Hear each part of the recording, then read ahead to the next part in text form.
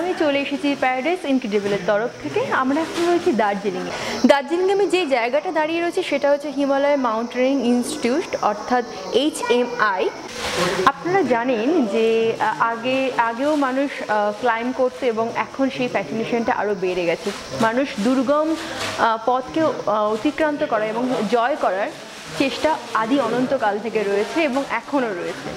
তো সেই চেষ্টাকে সফল করার জন্য যে সমস্ত ইনস্টিটিউশনগুলো এগিয়ে এসেছে তার মধ্যে অন্যতম হচ্ছে এই HMI ইনস্টিটিউশন।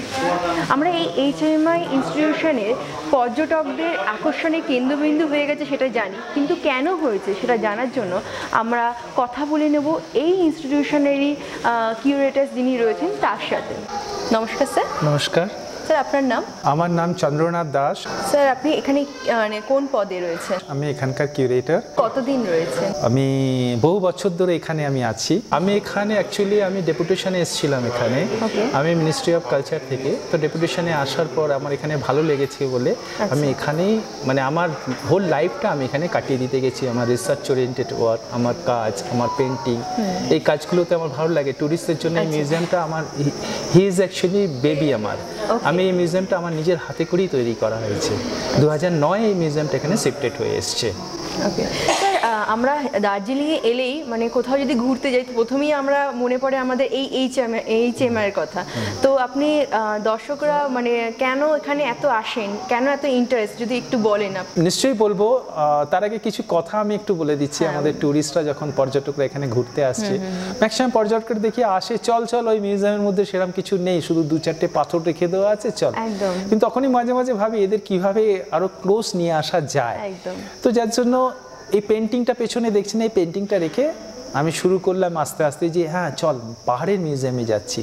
ভেতরে ঢুকে যখন জিনিসপত্রগুলো দেখছে যে তেনজিং ক্লাইম্ব করেছে, তেনজিংয়ের জিনিসপত্র, তেনজিংয়ের সেই হিউজ বুটটা দেখছে যে যিনি ওই বুটটা পরে এভারেস্টে উঠেছিলেন আশ্চর্যজনকভাবে, সেই বুটটা দেখছে, সেই অরিজিনাল জিনিসপত্রগুলো দেখে তখন খুব খুশি হচ্ছেন। তারপরে জর্জ মেলারি যখন 24-এর এভারেস্ট এক্সপিডিশনে হারিয়ে গেলেন, 75 বছর পর ওনার বডি পাওয়া গেল। সেই বডিটা ইনট্যাক্ট অবস্থায়, সেই বডিটা যেভাবে পড়েছিল সেই ছবিটা দেখে আরও অনেকে আটকে উঠছে, অনেকে উৎসাহ পাচ্ছে যে মাউন্টেনে ক্লাইম্ব করতে যাব। আরেকটা আমি বলতে পারি যে ট্যুরিস্টরা এখানে যে পর্যটকরা এখানে আসে, পর্যটকরা আসলে যদি খুব ডেপথে যায় মানে এই মিউজিয়ামে অ্যাট এ গ্লান্স একটা হিমালয় সম্বন্ধে হিস্ট্রি পেয়ে যাবে আর এভারেস্ট সম্বন্ধে সমস্ত কিছু জানতে পারবে। আর আপনি যদি বলেন যে এই ইনস্টিটিউটের যদি ইতিহাস, এই ইনস্টিটিউটের ইতিহাসটা তৈরি হয়েছে 1953-তে। তেনজিং অ্যান্ড হিলারি যখন প্রথম ক্লাইম্ব করলেন তো সুইজারল্যান্ডে ছিলেন আমাদের ডক্টর বিসি রায়। তো সেই সময় তেনজিং 1953 29 মেতে ক্লাইম্ব করার পর 4th জুলাই সুইজারল্যান্ডে গিয়েছিলেন তেনজিং একটা কনফারেন্স অ্যাটেন্ড করতে, মাউন্টেন রিলেটেড একটা কনফারেন্সে। তো সেই সময় ওখানেও মানে আপনার মেডিকেল সম্বন্ধে কনফারেন্সে কোনো একটা কারণে ওখানে ছিলেন আমাদের ডক্টর বিসি রায় অলসো। তো তেনজিং কোনো কারণে অসুস্থ হয়ে যায়, সেই সময় ইন্ট্রোডিউস হয়ে যায় ডক্টর বিসি রায়ের। তো বিসি রায়ের প্রস্তাব দিয়েছিলেন যে এই ইনস্টিটিউটটা আমার এখানে তৈরি হোক, আমার স্টেটে তৈরি হোক। জওহরলাল নেহরু অবদান অনেক ছিল এখানে। তো সেই 1953-তে ক্লাইম্ব হওয়ার পর টিম তৈরি হয়ে গেল। Tenzing Norgay, sir Edmund Hillary, Swiss alpine ক্লাইবের প্রিন্সিপাল তখন সুইজারল্যান্ডে গিয়েছিলেন, ওনারা মিলে ওনাদের কমিটি তৈরি করে দিলে ইনস্টিটিউটটা তৈরি হলো 1954 4th নভেম্বর, দ্যাট ইজ আজকের দিনে। আজকে দেখবেন আজকের দিনে আমি যতদিন এখানে আছি, আমি আমার স্টাফেদের বললাম আমি হয়তো আজ সবাই তো এখানে থাকার জন্য আসে না, আমি চলে গেলেও এই যে মিউজিয়ামের মধ্যে যে ফাউন্ডার মেম্বার্সরা রয়েছে ওই ফটোটা যেন সবসময় দিয়ে আজকে অনার দেওয়া হয় 4th নভেম্বরে। তো এই মিউজিয়ামে যখন কেউ আসবে, প্রথমে মিউজিয়ামটা তৈরি হয়েছিল শুধু মানে ক্লাইম্বারদের জন্য, তো ট্যুরিস্টদের জন্য নয়। ক্লাইম্বাররা আসবে, ক্লাইম্ব করবে, তার ইতিহাস জানিয়ে চলে যাবে।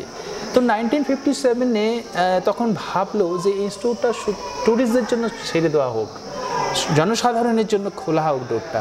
1957-এ ইনস্টিটিউট তৈরি হয়ে যায়, 54-এ তৈরি হয়, 57-এ মিউজিয়াম ডোর ওপেন হলো পাবলিকের জন্য। সেই সময় ছিল শুধু কালেকশন। 57-এ মাউন্টেন রিলেটেড, সমস্ত হিমালয় রিলেটেড। এর পরবর্তীকালে এই যে নিচের সেকশনটা আপনি দেখেছেন, নিচের ফার্স্ট ফ্লোরটাতে এখানে এই সমস্ত জেনারেল হিস্ট্রি সম্বন্ধে আছে। পরবর্তীকালে মানে ফার্স্ট ফ্লোরটা এভারেস্ট সেকশনে যে অমূল্য সম্পদ আমাদের কাছে আছে, এটা দিয়েছিলেন এইচ.সি. সেরিন। উনি ছিলেন সেই সময় ডিফেন্স সেক্রেটারি। উনি কোনো কারণে ওই অবজেক্টগুলো ওনাকে মানে দিয়েছিলেন। সেইগুলো 1971-এ উনি 71 না 72-তে এই কালেকশনগুলো আমাদের এখানে দিয়ে দিলেন। অল কালেকশনস আর ডিসপ্লে ইন আওয়ার ফার্স্ট ফ্লোরে সিন্স 1921 থেকে। 21-এ আপনি যদি ভেতরে দেখেন, 21-এর ইতিহাস আছে যে যখন স্যার জর্জ এভারেস্টের উচ্চতা রাধানাথ সিকদারকে দিয়েছিলেন, সেই সময় থেকে কালেকশন 1921 থেকে আজকে HMI যত এক্সপিডিশন হয়েছে, সেই এক্সপিডিশনের ডিটেলস, ফটোগ্রাফস, অরিজিনাল ইকুইপমেন্টস আছে, এইগুলো পাবেন আপনি। যে সমস্ত পর্যটকরা এখানে আসছেন, যারা এই ভেতরে ঢুকছে মিউজিয়ামে, তারা এই সমস্ত ভেতরে যে সমস্ত রাখা যে ইকুইপমেন্ট বা আরও যে সমস্ত জিনিসগুলো রাখা রয়েছে, সেই সমস্ত জিনিসগুলো দেখার পর তাদের মধ্যে কোনো উৎসাহের সঞ্চার ঘটে? অবশ্যই উৎসাহিত হচ্ছে এই কারণে প্রথমে ওরা আসছে, দর্শকরা এসে প্রথমে ভাবে মাউন্টেনে আমি যাব, মাউন্টেনে গিয়ে আমি কি দেখব, কি করব, যদি ভয় লাগছে, যদি পড়ে যাই বা যদি বডি কিছু হয়। এখানে মিউজিয়ামে দেখার পর দর্শকরা উৎসাহ হয়ে আমাদের যে একটা অ্যাডভেঞ্চার ক্লাইম্বিং এরিয়া রয়েছে, সেইগুলো ওরা মানে সেই অ্যাডভেঞ্চার স্পোর্টসের যেটা আরও ইন্টারেস্ট হয়ে আরও ওই জিনিসগুলো ওরা তৈরি করছে আর কি, দেখছে আর কি। অ্যাকচুয়ালি যখন এই মিউজিয়ামটা তৈরি হয়েছে, এই কথা বলার আগে আপনাকে একটা কথা আমি বলছি যে museum is a temple of education, it's a walk through. মানে আপনি কিভাবে এক মানে লেম্যানকেও, রিসার্চ স্কলারকেও কীভাবে মিউজিয়ামের ডিপ অবজেক্ট দিয়ে আপনি বুঝিয়ে দিতে পারবেন about the Himalaya, about the mountain. তো আপনি যখন এই পেন্টিংটা দেখছেন পেছনে, যখন ট্যুরিস্ট আসছে, ট্যুরিস্ট এসে প্রথমে তো ঢুকে দেখবেন যে এটা কিসের মিউজিয়ামে আসছি আমি,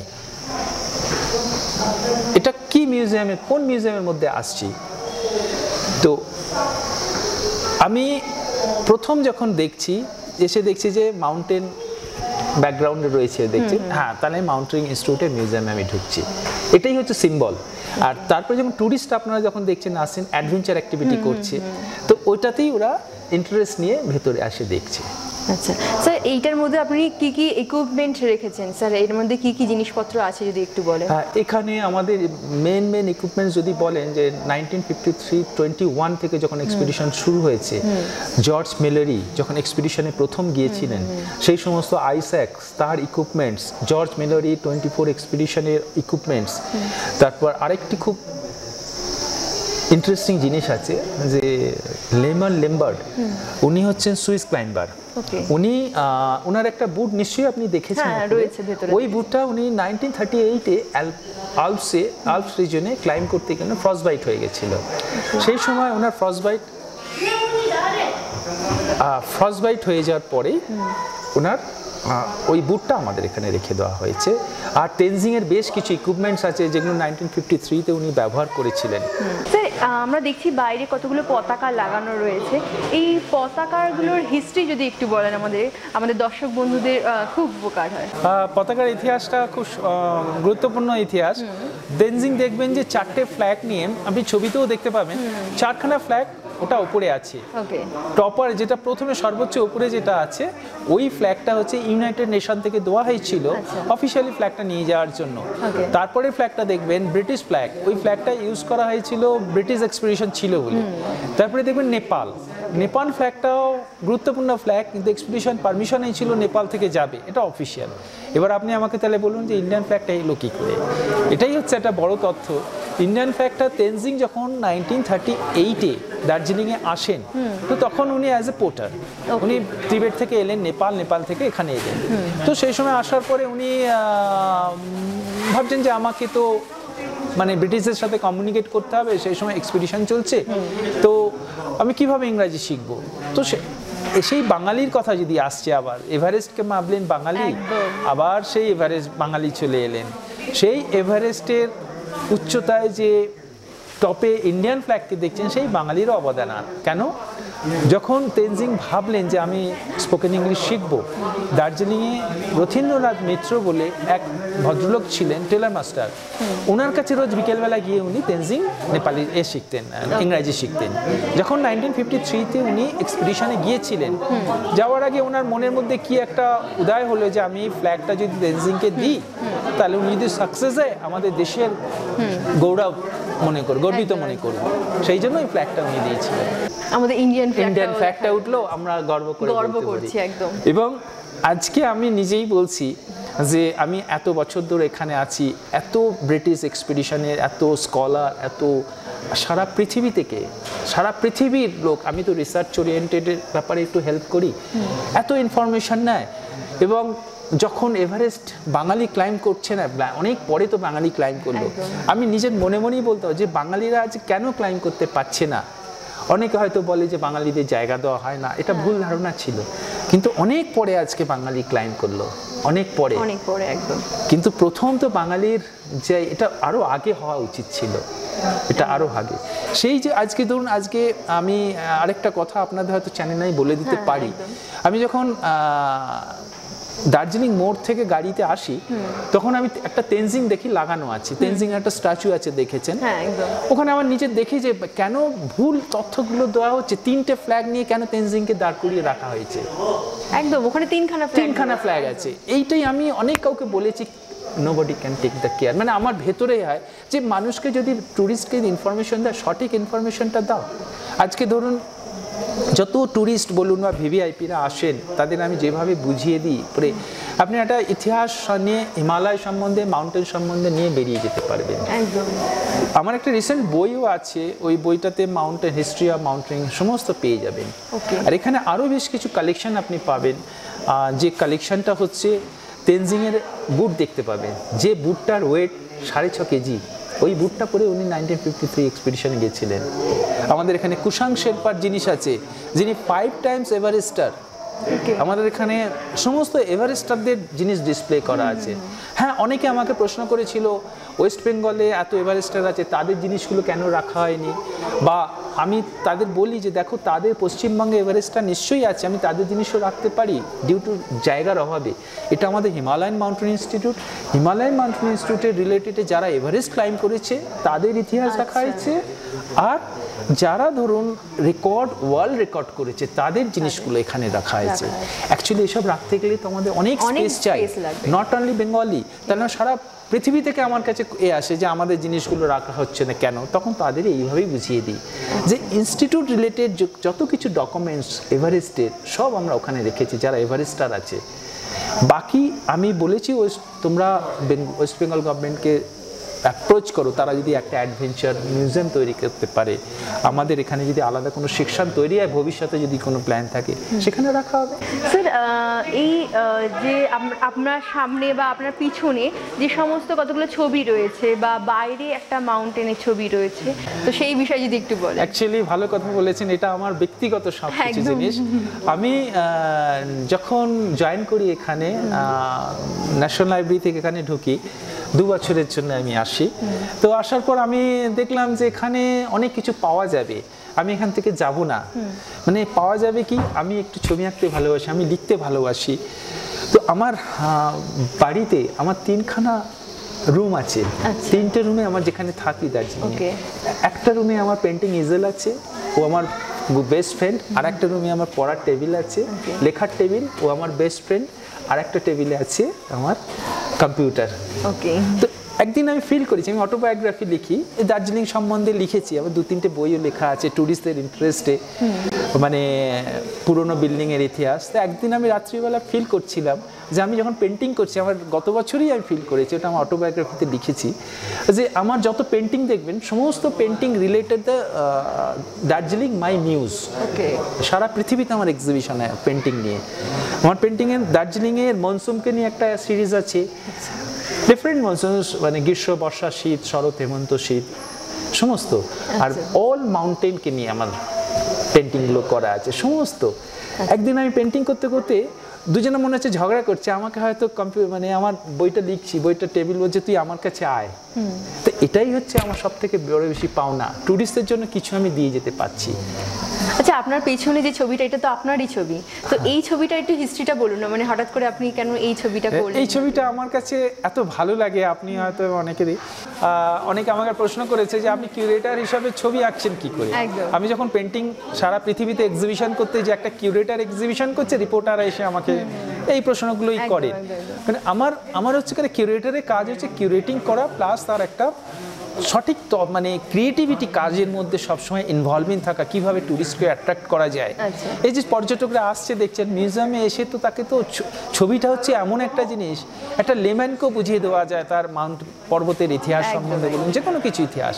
এই ছবিটা দেখে প্রথমেই ভাববে যে আমি কোন মিউজিয়ামে যাচ্ছি, নিশ্চয়ই মাউন্টেন রিলেটেড কিছু মিউজিয়ামে, যার জন্য এই ছবিটা দেখছেন।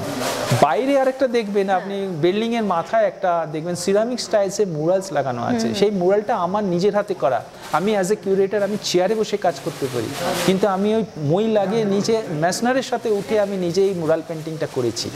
কারণটা হচ্ছে বাইরে থেকেও বুঝতে পারে এই ডিজাইনটা যেটা দেখছেন, এটা টিবেটিয়ান আর্কিটেক্টকে ফলো করা হয়েছে, এবং এর যে প্যাগাডো টাইপটাকে ফলো করে এর আর্কিটেক্টের সাথে ব্যালেন্স রেখে এই এভারেস্টের সিরামিক স্টাইলসে মুরালটা ওখানে লাগানো, ওটা আমার হাতেই করা। আর এই পেন্টিংটার মধ্যে দেখবেন, এটা আমার কাছে খুব ভালো লাগে। মানে আমি অনেক সময় অবজার্ভ করি, আপনি পেন্টিংটা যদি একটু অ্যাঙ্গেল করে ছবি তোলেন, এটা 3D এফেক্ট পাবেন, আপনি যেদিকে ঘুরবেন সেদিকে যাবে। এটা হচ্ছে চায়না থেকে এই ফেসটা দেখা গেছে। আর আপনি দুটো ফেস আছে, চায়না থেকে শেপটা এরকম লাগে, আর একটা হচ্ছে নেপাল থেকে আরেক ধরনের লাগে। চায়না থেকে মাত্র দুখানা রুট ওপেন হয়েছে, ওই দুটো রুটকে ফলো করে করে ওরা ক্লাইম্ব করে এভারেস্টাররা। আর নেপাল থেকে যে কটা রুট আছে সেটাও উপরে একটা পেন্টিং করা আছে, 11টা রুট ওপেন করা হয়েছে। ওই রুট ছাড়া আজ পর্যন্ত কেউ এখনো নতুন রুট বার করতে পারেনি। আচ্ছা আচ্ছা আচ্ছা, আমাদের একটা জানার ছিল যে ধরুন আপনাদের এখানে যে সমস্ত মানুষরা আসেন এখানে ট্রেনিং নেন, মানে আফটার ট্রেনিং তাদের জন্য কি আপনারা কোনো এক্সপিডিশনের ব্যবস্থা করেন? অ্যাকচুয়ালি আমাদের এখানে যারা ট্রেনিং নিতে আসছে, তার ট্রেনিং দেওয়া হচ্ছে কিভাবে তুমি মাউন্টেনে ক্লাইম্ব করবে, কিভাবে একটা এক্সপিডিশনকে অর্গানাইজ করবে, বা কেউ কেউ আবার আসছে যে তার সার্ভিস ক্যারিয়ারের জন্য, কেউ হয়তো পুলিশে সার্ভিস করতে যাবে, কেউ হয়তো মানে আর্মিতে যাবে, সেই ক্ষেত্রে এইসব ট্রেনিংগুলো খুব কাজে দেয় আর কি, যার জন্য এই ধরনের আসে। কিন্তু পার্টিকুলার আমরা ট্রেনিংয়ের জন্য ইনস্টিটিউট, নট এক্সপিডিশন অর্গানাইজেশনের জন্য নয়।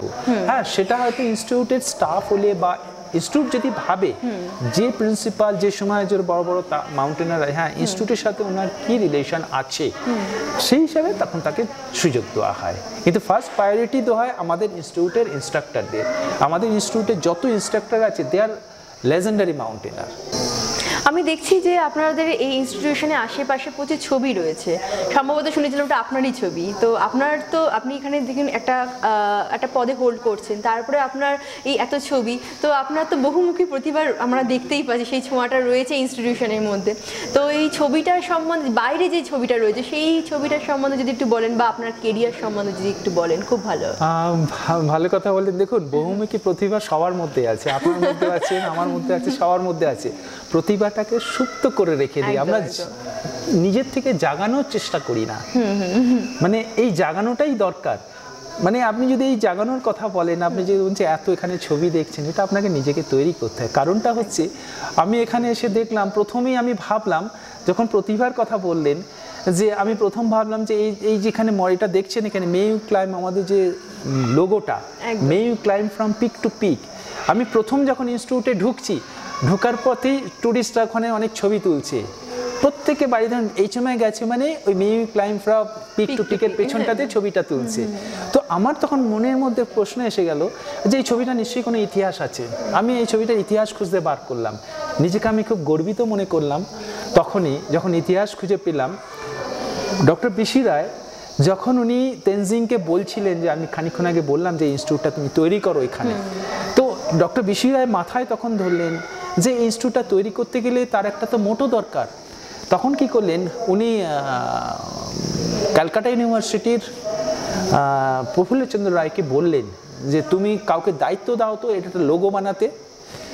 তো উনি তখন ডক্টর বিসি রায় যখন দায়িত্ব দেওয়ার পর প্রফুল্লচন্দ্র রায়, উনি তখন কালিদাসের একটা কোট থেকে may you climb from peak to peak শানু শানু মারহাত ওয়ার্ডটা নিলেন।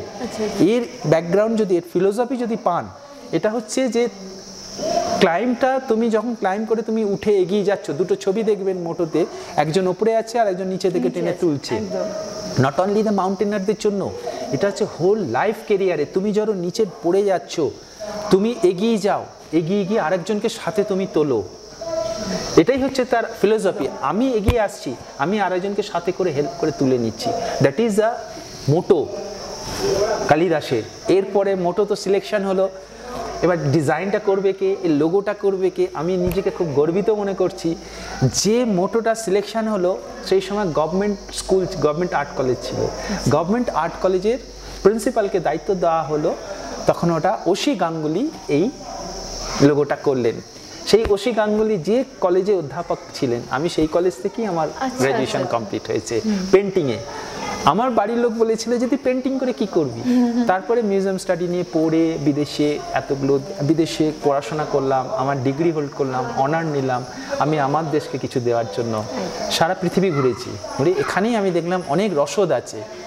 আমাকে এখানে কিউরেটর থেকে আমি দেখলাম অনেক মিউজিয়ামে কিউরেটর হওয়া যায়, কিন্তু এই মিউজিয়াম কিউরেটরের একটা আলাদা গুরুত্ব।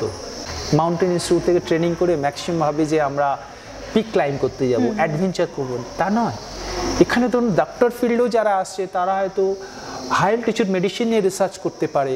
তারপরে ধরুন যারা এনসিসি থেকে মানে প্রফেশনাল পোস্টে যাচ্ছে, ধরুন পুলিশে, আর্মিতে, এগুলো কেরিয়ারে আইএএস অফিসারে, যারা সিভিল সার্ভিসে যাচ্ছে, এই বেসিক ট্রেনিংটা তাদের খুব দরকার, ভীষণ দরকার। আমার মেয়েকে ছোটোবেলাতে এই ট্রেনিংটা দিয়ে দিয়েছি।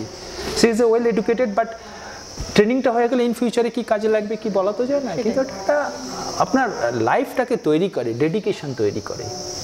একদম। তো আপনাদের এখানে দেখছিলাম যে বাইরে অনেক গাছ টাছ রয়েছে, তো এই গাছেরও একটা হিস্ট্রি আমি শুনেছিলাম, তো সেটা ব্যাপারে যদি একটু বলেন। গাছের হিস্ট্রি ধরুন রাত্রিবেলা থেকে এখানে আপনি দেখবেন ঝিঝিব গাছের হিস্ট্রিটা খুব সুন্দর আছে। এখানে যতগুলো গাছ দেখছেন, প্রত্যেকটা গাছ, এই জায়গাটার নাম হচ্ছে বার্চিল। ওকে, বার্চিল মানে এই পুরনো ইতিহাস যদি দেখেন, বার্চিল তখনই আমার মাথায় হলে বার্চিল কেন রাখা হয়েছে। জওহরলাল নেহরু, এটা হচ্ছে নেহেরু জহর পর্বত বলা হয়। যখন নেহরু এই জায়গাটা ইনস্টিটিউটটা ওপেন করেন, একটা রাস্তা তৈরি হয়েছিল, সেই থেকে জহর পর্বত এই জায়গাটার নাম। অরিজিনাল নাম হচ্ছে বার্চিল। এখানে আপনি বার্চ ট্রি দেখতে পাবেন। এখন সংখ্যায় অনেক কমে গেছে এই জু এরিয়ার মধ্যে। বার্চ, যেটাকে আমরা ভোজপত্র বলি, ইনস্টিটিউটের দুঃখের বিষয়, এখন ইনস্টিটিউটের মধ্যে মাত্র 4টে বার্চ ট্রি আমি দেখতে পাচ্ছি। আচ্ছা, 4টে ভোজপত্র, 4টে বার্চ ট্রি বাঁচিয়ে রেখেছি। স্যার আমরা দেখছিলাম এই ইনস্টিটিউশনকে ঘিরে অনেকগুলো গাছ রয়েছে, মানে রনোডেন্ড্রাম যে গাছ সেগুলো রয়েছে। এই গাছগুলোরও একটা হিস্ট্রি আমি শুনেছিলাম, যদি সেই হিস্ট্রিটা আপনার মুখ থেকে শুনি তো আমাদের খুব উপকার হয় এবং দর্শক বন্ধুদের অনেক ইনফরমেশন পেতে পারেন। যখন প্রথম কিউরেটর হিসাবে জয়েন করেন ডক্টর মনীষ সেন, মানে উনি প্রথম কিউরেটর হলেন, উনি 1954-এ, সেই সময় উনি ভালো ছবিও আঁকতেন এবং উনি মানে ট্যুরিস্টদের বোঝানোর জন্য বা ভবিষ্যতে যদি পর্যটকদের, হয়তো অনেক পর্যটক এই যে আপনি এখানে কত বেশ কিছু রডেডেন্ড্রনের সিরিজ দেখতে পাবেন, কালারফুল রডেডেন্ড্রন দেখতে পাবেন, উনি ওখান থেকে নিয়ে এসেছিলেন, নিয়ে এসে এগুলো এখানে বসিয়েছেন, মানে প্ল্যান্টেশন করেছেন। এবং এখানে প্রায় 10 থেকে 15টা আপনি ভ্যারাইটি রডেডেন্ড্রন গাছ দেখবেন। আপনি যদি কোনো ট্যুরিস্ট, যদি কোনো পর্যটক যদি ফেব্রুয়ারি মাসে আসে, ফেব্রুয়ারি থেকে মার্চের মধ্যে, এই ভ্যারাইটিগুলো আমাদের এই ক্যাম্পাসের মধ্যেই দেখতে পাবেন। আর একটা বেশ বিশেষত্ব হচ্ছে আপনার এই জায়গাটার নাম হচ্ছে বার্চিল। বার্চিলটা হচ্ছে কারণ এখানে বার্চ ট্রি আপনি দেখতে পাবেন, মানে ভোজপত্র যেটাকে আমরা বলি। কিন্তু বার্চ ট্রি আজকাল কাটতে 4টে না 5টা মানে আমি খুঁজে পেয়েছি এই এরিয়ার মধ্যে, ওইগুলো বাঁচিয়ে রেখে দেওয়া হয়েছে। আর রডেডেন্ড্রনের আরেকটা আপনি বেশ ভালো আপনি জানতে পারবেন, যেটা হচ্ছে আমি যখন ফ্লোরেন্সে ছিলাম, তখন আমার ওয়াইফ, মানে আমি তো ল্যাবরেটরিতে কাজে চলে যেতাম রিসার্চের জন্য, তো আমার মানে ল্যান্ডলর্ড যিনি ছিলেন তার কাছে হোমমেড ওয়াইন শিখেছিলেন।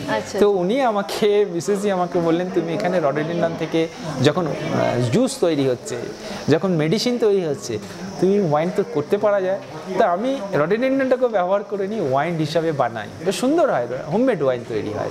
আর আজকে তো আপনাদের এই ইনস্টিটিউশনে একটা খুব গুরুত্বপূর্ণ দিন, তাই তো? হ্যাঁ, আজকে তো 4th নভেম্বর, আজকে আপনাদের ফাউন্ডেশন ডে। দেখুন ভেতরে ঢোকার আগেই আমরা টুরিস্টকে দেখিয়ে দিচ্ছি যে অল দ্য ফাউন্ডার্স মেম্বারের ছবিগুলো ওখানে লাগানো রয়েছে। আশা করছি টুরিস্ট কিছু তথ্য পেলে, এলে আরও যদি কারো কিছু জিজ্ঞাসা থাকে সোজাসুজি যোগাযোগ করতে পারে আমার সাথে, আমার অফিসে, আমি নিশ্চয়ই তথ্য দেবো। নমস্কার, ধন্যবাদ স্যার।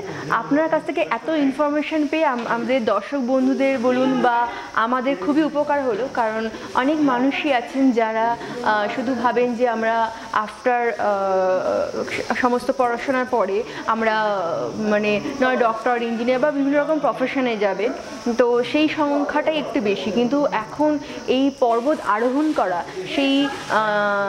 সেই যে চেষ্টাটা, সেটাও মানুষের মধ্যে অনেকটাই দেখা দিচ্ছে। এবং আপনার কাছ থেকে ইনফরমেশন পাওয়ার পরে আমার মনে হয় আমাদের দর্শক বন্ধুদের অনেক উপকার হয়েছে এবং তারা আরও উৎসাহিত হলেন এই পর্বত আরোহণের জন্য। এবং আমি জানি যে যদি কোনো আমাদের দর্শক বন্ধুরা এই পর্বত আরোহণের জন্য তাদের কোনো ইনফরমেশনের প্রয়োজন হবে বা কোনো কিছু দরকার পড়বে, অবশ্যই আপনার কাছে এলে আপনি ওনাদের হেল্প করে দেবেন। ধন্যবাদ দর্শক বন্ধুরা। চলুন আমরা পরে যদি আপনাদের আরও কোনো ইনফরমেশন পেতে চান তো আপনাদেরকে কমেন্ট করতে পারেন, আমাদের চ্যানেলটাকে শেয়ার করুন, কমেন্ট করুন এবং সাবস্ক্রাইব করুন। ধন্যবাদ।